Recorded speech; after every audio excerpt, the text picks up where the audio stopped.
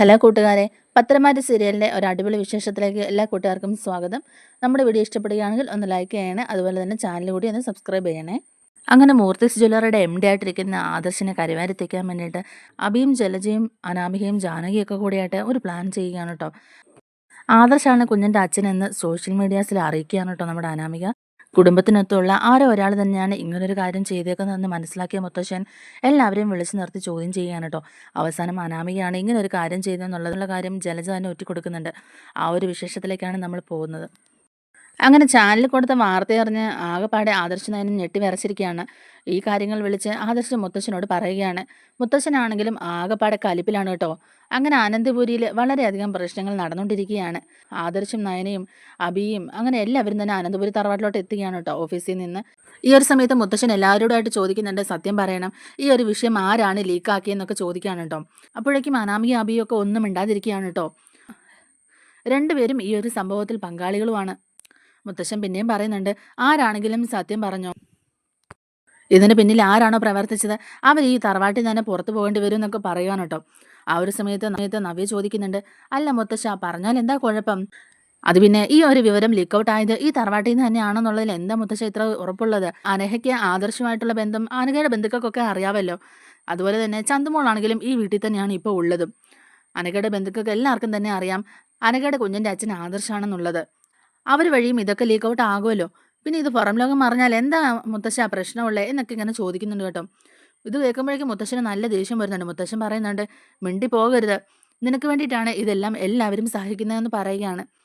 എന്താ മുത്തശ്ശ, മുത്തശ്ശൻ എന്താ പറഞ്ഞു വരുന്നത്? മുത്തശ്ശൻ എന്തോ അർത്ഥം വെച്ചിട്ടാണല്ലോ ഇത് പറഞ്ഞതെന്നൊക്കെ ഇങ്ങനെ നവി ചോദിക്കുന്നുണ്ട്.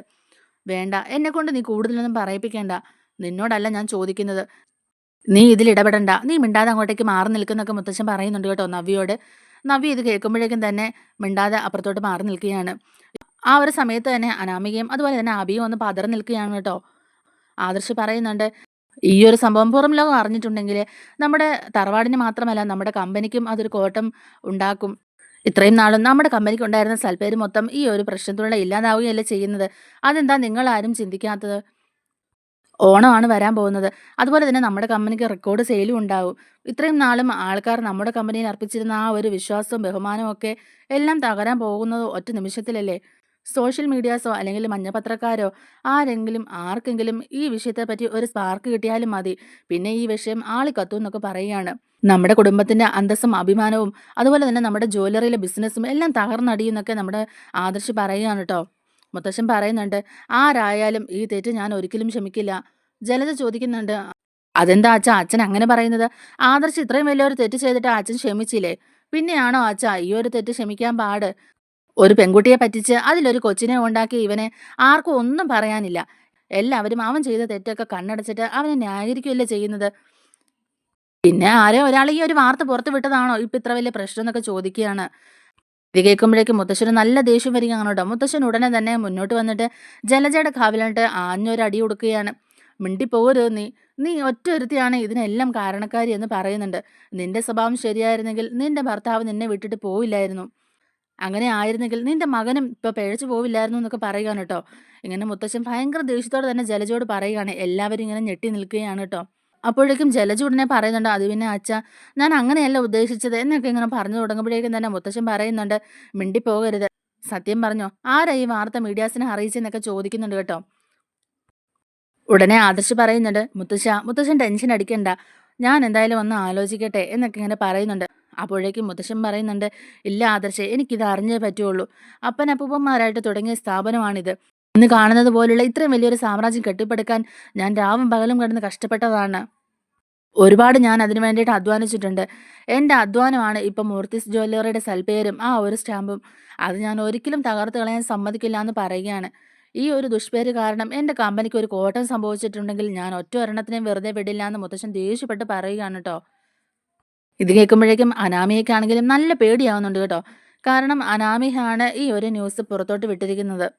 എന്ത് കൊള്ളരുതായ്മയും കാണിക്കാൻ അബി ഒരുക്കമാണെന്നുണ്ടെങ്കിലും പക്ഷെ ഇങ്ങനെയുള്ള കാര്യങ്ങൾ ചെയ്യാൻ അബിക്ക് പേടിയാണ് കേട്ടോ. കാരണം ഇത് പുറത്തറിഞ്ഞ് മീഡിയാസൊക്കെ അറിഞ്ഞ് ഇത് വലിയൊരു ഇഷ്യൂ ആയി കഴിഞ്ഞിട്ടുണ്ടെങ്കിൽ, അതുപോലെ തന്നെ തറവാടിന് ഒരു നാണക്കേടും ആയിട്ടുണ്ടെങ്കിൽ തന്നെ എന്തായാലും മുത്തച്ഛൻ DNA ടെസ്റ്റിന്റെ കാര്യങ്ങളൊക്കെ ഉയർത്തിക്കൊണ്ട് വരും. അപ്പോൾ എൻ്റെ കുട്ടിയാണ് ചന്തുമോൾ എന്നുള്ള കാര്യം എല്ലാവരും അറിയുകയും ചെയ്യും. അതുകൊണ്ട് തന്നെ അബി ഇക്കാര്യം ലീക്കൗട്ട് ആകാതെ തന്നെ സൂക്ഷിക്കുകയാണ് കേട്ടോ.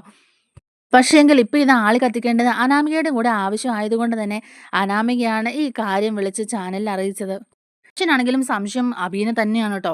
എന്നിട്ട് മുത്തശ്ശൻ അബിയുടെ കോളറിനൊക്കെ കുത്തിപ്പിടിച്ചുകൊണ്ട് ചോദിക്കുന്നുണ്ട്, പറയടാ, സത്യം പറയടാ, നീയാണോ ഇതൊക്കെ ചെയ്തത്? നീ ഒരുത്തൻ മാത്രമേ ഇവിടെ ഇങ്ങനെയുള്ളൊരു കാര്യം ചെയ്യുള്ളൂ എന്നൊക്കെ പറഞ്ഞിട്ട് അടിക്കാൻ കൈ ഓങ്ങുമ്പോഴേക്കും തന്നെ അബി പറയുന്നുണ്ട്, അയ്യോ മുത്തശ്ശ, ഞാനല്ല ഇത് ചെയ്തത്, എൻ്റെ അനന്തപത്മനാഭനാണ് സത്യം, ഞാനല്ല മുത്തശ്ശ ഇത് ചെയ്തതെന്ന് പറയുന്നുണ്ട്. പിന്നെ ആരാടാ എന്നിങ്ങനെ മുത്തശ്ശൻ പിന്നെയും ചോദിക്കാണ് കേട്ടോ. ഇതിന്റെ പിന്നിൽ ആരാ പ്രവർത്തിച്ചതെന്ന് നിനക്കറിയാം എന്നൊക്കെ ഇങ്ങനെ അബിയോട് മുത്തശ്ശൻ ചോദിക്കുന്നുണ്ട് കേട്ടോ.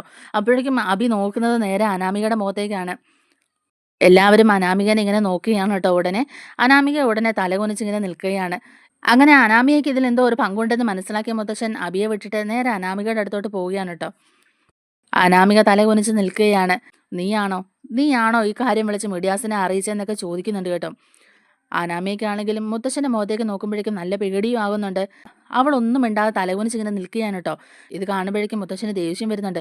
മുത്തശ്ശൻ എന്നിട്ട് പിന്നെയും ചോദിക്കുന്നുണ്ട്, സത്യം പറ, ഇതിന് പിന്നിൽ നീ ആണോന്നാണ് ഞാൻ ചോദിച്ചതെന്ന് ചോദിക്കുന്നുണ്ട്. ഭയങ്കര ഗാംഭീര്യത്തോടെയുള്ള ആ ഒരു ചോദ്യം കേൾക്കുമ്പോഴേക്കും തന്നെ അനാമിക വിറച്ച് നിൽക്കുകയാണ് കേട്ടോ. അത് പിന്നെ അത് പിന്നെ ഞാൻ അറിയാതെ ചെയ്തു പോയതാണ്. രാവിലെ ജലജാപ്പച്ചിയും അഭിയേട്ടനും കൂടിയാ പറഞ്ഞത് ഈ കാര്യം ന്യൂസാക്കണം, എല്ലാവരെയും അറിയിക്കണമെന്നൊക്കെ. അതുകൊണ്ടാ ഞാൻ മീഡിയാസിനെ വിളിച്ച് പറഞ്ഞെന്നൊക്കെ പറയുകയാണ് കേട്ടോ. അപ്പോഴേക്കും അനാമികയെ അടിക്കാൻ ഓങ്ങിയ കൈയും കൊണ്ട് തന്നെ മുത്തശ്ശൻ ആബിയുടെ കരണത്തിനിട്ട് ഒരൊറ്റ അടി കൊടുക്കുന്നുണ്ട്. മുത്തശ്ശൻ എന്നിട്ട് പറയുന്നുണ്ട്, എനിക്കറിയാവടാ ഇതിന്റെ പിന്നിൽ 100% പ്രവർത്തിച്ചിരിക്കുന്നത് നിന്റെ ബുദ്ധി തന്നെയാണെന്നുള്ള കാര്യം. നാണമില്ലല്ലോടി നിനക്ക്? നീ എന്തിനാ ഇവന്റെ കൂടെ കൂടിയിട്ട് ഇമ്മാതിരി പണിയൊക്കെ ചെയ്യാൻ നിൽക്കുന്നെന്നൊക്കെ ചോദിക്കുമ്പോഴേക്കും, അല്ല ഇവർ പറഞ്ഞിട്ടാ ഞാൻ അങ്ങനെ ചെയ്തെന്നൊക്കെ പറയുകയാണ് കേട്ടോ അനാമിക. അപ്പോഴേക്കും തന്നെ ജലജ ഉടനെ പ്ലേറ്റ് തിരിക്കുന്നുണ്ട്. ജലജ പറയുകയാണ്, അല്ലച്ച ഇവളാ ഇങ്ങനെ പറഞ്ഞത്, ഇങ്ങനെ വിട്ടാ പറ്റില്ല. ഇത്രയും ഉയർന്ന പദവിയിലുള്ള MD സ്ഥാനത്തിരിക്കുന്ന ആദർശേട്ടന് തെറ്റ് ചെയ്യാമെങ്കിൽ പിന്നെ അഭിയേട്ടൻ എന്തിനാ ഇതൊക്കെ മറച്ചു വെക്കുന്നേ? ചാനലിൽ വിളിച്ച് പറ, അല്ലെങ്കിൽ ഞാൻ അറിയിക്കാം എന്നൊക്കെ പറഞ്ഞത് അനാമിക തന്നെയാണെന്ന് പറയുകയാണ്. ജലജ പറയുന്നുണ്ട്, ഞാനും എൻ്റെ മോനും പറഞ്ഞതാ അങ്ങനെയൊന്നും ചെയ്യണ്ട എന്നുള്ളത്. അത് കമ്പനിയുടെ റെപ്യൂട്ടേഷനെ തന്നെ ബാധിക്കും, അത് വലിയൊരു പ്രശ്നമാകും എന്നൊക്കെ അഭി പറഞ്ഞപ്പോഴേക്കും ഈ അനാമികയാണ് പറഞ്ഞത്, അതൊന്നും സാരമില്ല, നമുക്കിത് എല്ലാവരെയും അറിയിക്കണം. അഭിയേട്ടനെ അറിയിച്ചില്ലെങ്കിൽ ഞാൻ അറിയിക്കുമെന്ന് പറഞ്ഞു പോയത് ഈ അനാമിക തന്നെയാണെന്നൊക്കെ പറയുകയാണ് കേട്ടോ ജലജ. ഇത് കേട്ട പാടെ തന്നെ അനിക്കാണെങ്കിലും ഭയങ്കരമായിട്ട് ദേഷ്യം വരികയാണ് കേട്ടോ. അനി ഉടനെ തന്നെ വന്നിട്ട് അനാമികയുടെ മുഖത്തിനിട്ട് ഒരൊറ്റ അടി വെച്ച് കൊടുക്കുകയാണ്. നീ എന്താടി ഈ കാണിച്ചത്? നീ എന്താടി കരുതിയത്? ഇവിടെ കിടന്ന് ഇതുപോലുള്ള പണികളൊക്കെ കാണിച്ചാൽ ഞങ്ങൾ ഇതൊന്നും കണ്ടുപിടിക്കില്ല, മിണ്ടാതിരിക്കുമെന്നാണോ?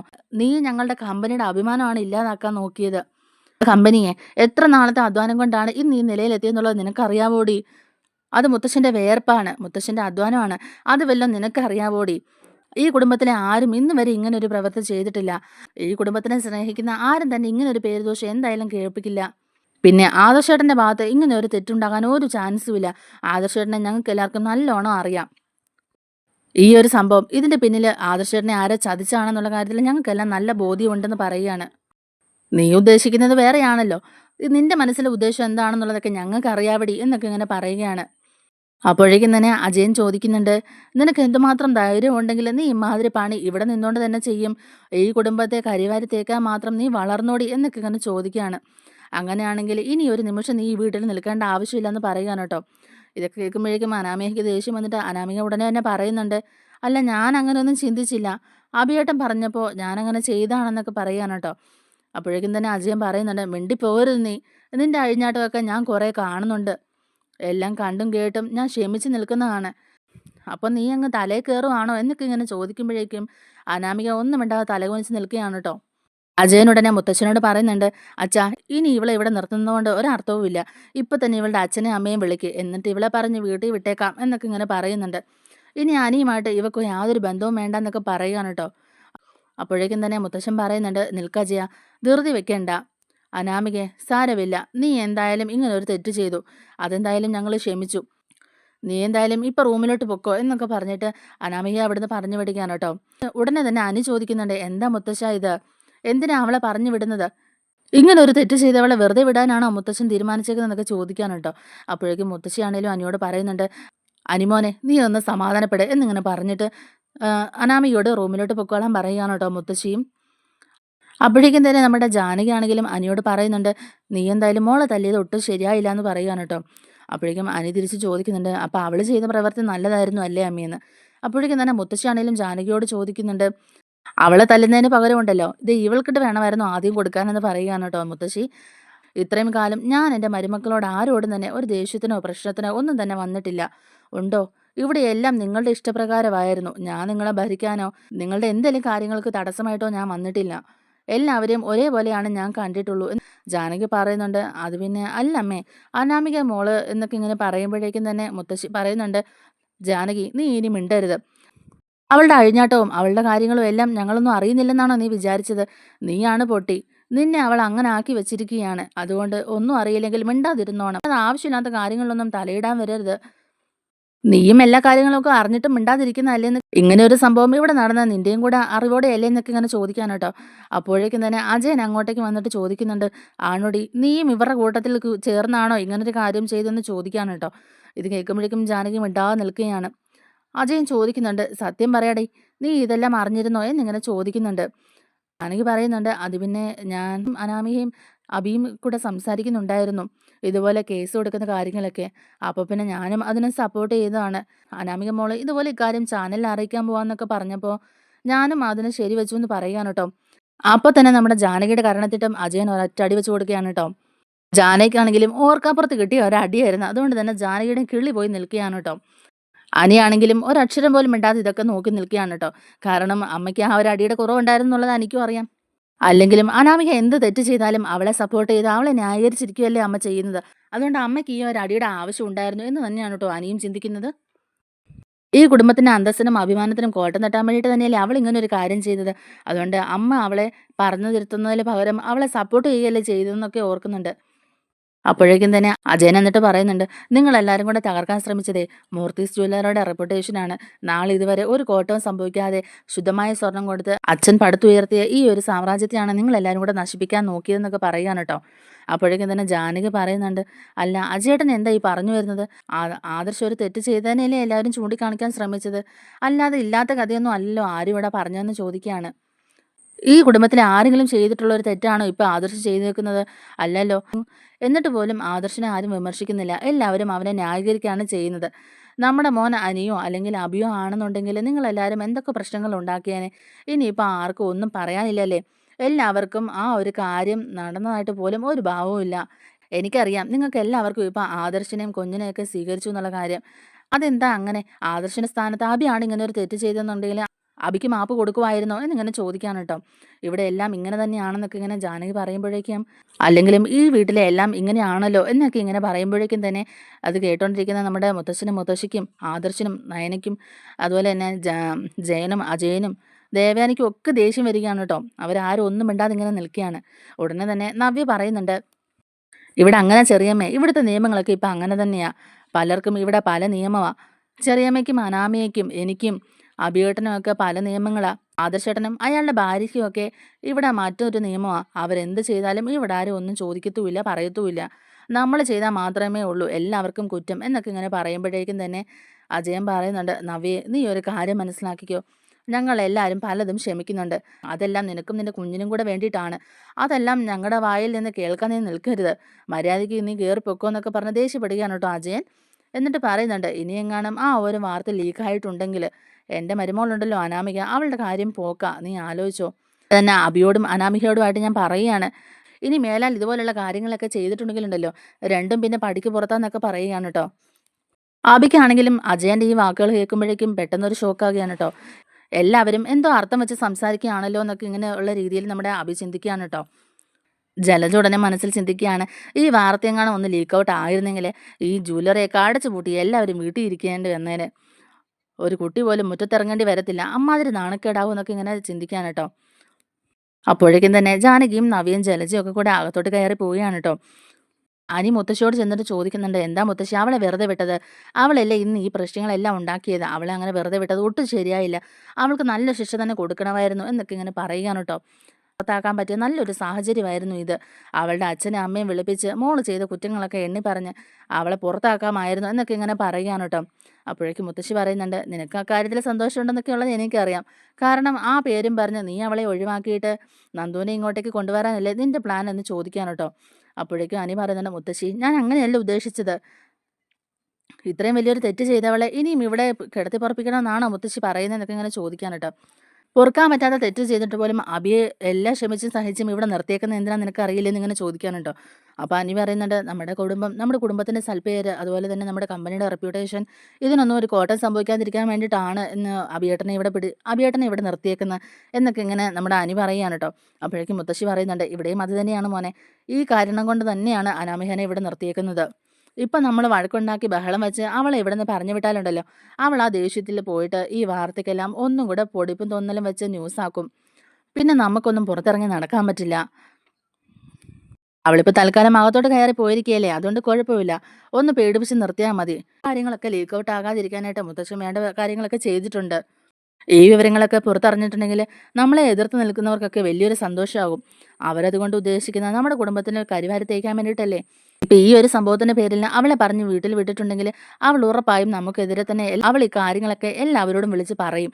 അത് നമ്മുടെ തറവാടിന് തന്നെ മൊത്തത്തിലൊരു മോശപ്പേരുണ്ടാവും എന്നൊക്കെ പറയുകയാണ് കേട്ടോ മുത്തശ്ശി. മുത്തശ്ശിക്കാണേലും ആ സമയത്ത് നല്ല ദേഷ്യം വന്നിട്ടാണ് കേട്ടോ മുത്തശ്ശി ഇങ്ങനെയൊക്കെ പറയുന്നത്. അങ്ങനെ നയനയും ആദർശവും ഒക്കെ കൂടി ഇനി എന്താണ് ചെയ്യേണ്ടതെന്നുള്ളത് പ്ലാൻ ചെയ്തുകൊണ്ടിരിക്കുകയാണ് കേട്ടോ. അങ്ങനെ നയനയും ആദർശമാണെങ്കിലും ഈ ഒരു വാർത്ത അധികം സ്പ്രെഡ് ആകാതെ തന്നെ എങ്ങനെ ഒതുക്കി തീർക്കാം എന്നൊക്കെയുള്ള രീതിയിൽ ഇങ്ങനെ ആലോചിച്ചുകൊണ്ടിരിക്കുകയാണ് കേട്ടോ. അതുപോലെ തന്നെ മീഡിയാസോ അല്ലെങ്കിൽ മഞ്ഞപ്പത്രക്കാരോ ഇത് അറിഞ്ഞിട്ടുണ്ടെങ്കിൽ കമ്പനിയുടെ റെപ്യൂട്ടേഷനെ മൊത്തത്തിൽ ബാധിക്കും എന്നുള്ള കാര്യം അവർക്ക് എല്ലാവർക്കും നന്നായിട്ട് അറിയാം. അതുകൊണ്ട് തന്നെ മുത്തശ്ശനാണെങ്കിലും മേലുദ്യോഗസ്ഥരെ വിളിച്ചിട്ട് വേണ്ട നടപടികളൊക്കെ സ്വീകരിക്കുന്നുണ്ട് കേട്ടോ. ആ സമയത്ത് തന്നെ നമ്മുടെ നയനയാണെങ്കിലും പറയുന്നുണ്ട്, "ആദർശേട്ടാ, അവൾക്ക് എന്ത് ധൈര്യം ഉണ്ടെങ്കിലാണ് അവൾ ഇങ്ങനെ ഒരു കാര്യം ചെയ്യുന്നത്. അവൾക്ക് നല്ലൊരു പണി തന്നെ ഞാൻ കൊടുക്കുന്നുണ്ട്" എന്നൊക്കെ ഇങ്ങനെ പറയാണ് കേട്ടോ. എന്തായാലും ഈ ഒരു പ്രാവശ്യം അബിയും ജലജയും ജാനകിയും അനാമയും ഒക്കെ കൂടെ ചെയ്ത ഈ ഒരു പ്ലാൻ ഡ്രോപ്പ് പോയിരിക്കുകയാണ് കേട്ടോ. ആ സമയത്ത് തന്നെ ഇനി ഇങ്ങനെ ഒരു സംഭവം ഉണ്ടാകാതിരിക്കാനായിട്ടുള്ള മുൻകരുതലുകൾ നമ്മുടെ മുത്തശ്ശനും ആദർശനും നയനയും അജയനും ജയനും ഒക്കെ കൂടി എടുക്കുന്നുമുണ്ട്. അങ്ങനെ ഈ ഒരു വാർത്ത അധികം സ്പ്രെഡ് ആകാതെ തന്നെ അനന്തപുരി തറവാട് രക്ഷപ്പെടുകയാണ് കേട്ടോ. അതുപോലെ തന്നെ അനാമയ്ക്കിട്ടാണെങ്കിലും നല്ലൊരു പണി കൊടുക്കാനായിട്ട് ആദർശ് നയനയും പ്ലാൻ ചെയ്യുന്നുണ്ട്. അവളെ ഇങ്ങനെ വിട്ടാൽ പറ്റില്ല. അവളിപ്പം അനിയുടെ ജീവിതത്തിലാണെങ്കിൽ പോലും ഒരു സന്തോഷവും സമാധാനവും ഇല്ല. അതിൻ്റെ കൂട്ടത്തിൽ അവൾ ഈ തറവാട് മൊത്തം നശിപ്പിക്കാൻ ഇങ്ങനെ ഇറങ്ങിത്തിരിച്ചാലുണ്ടല്ലോ, അതിനി എവിടെ ചെന്ന് അവസാനിക്കും. അതുകൊണ്ട് അവളെ ഇങ്ങനെ വിട്ടാൽ പറ്റില്ല. എന്തെങ്കിലും കാര്യങ്ങൾ ഉടനെ തന്നെ ചെയ്യണം എന്നൊക്കെ ഇങ്ങനെ ആദർശ് നയനയും കൂടെ തീരുമാനം എടുക്കുകയാണ്. അപ്പോൾ നമ്മുടെ ഈ റിവ്യൂ ഇഷ്ടമായിട്ടുണ്ടെങ്കിൽ ഒന്ന് ലൈക്ക് ചെയ്യണേ. അതുപോലെ തന്നെ ചാനൽ കൂടി ഒന്ന് സബ്സ്ക്രൈബ് ചെയ്ത്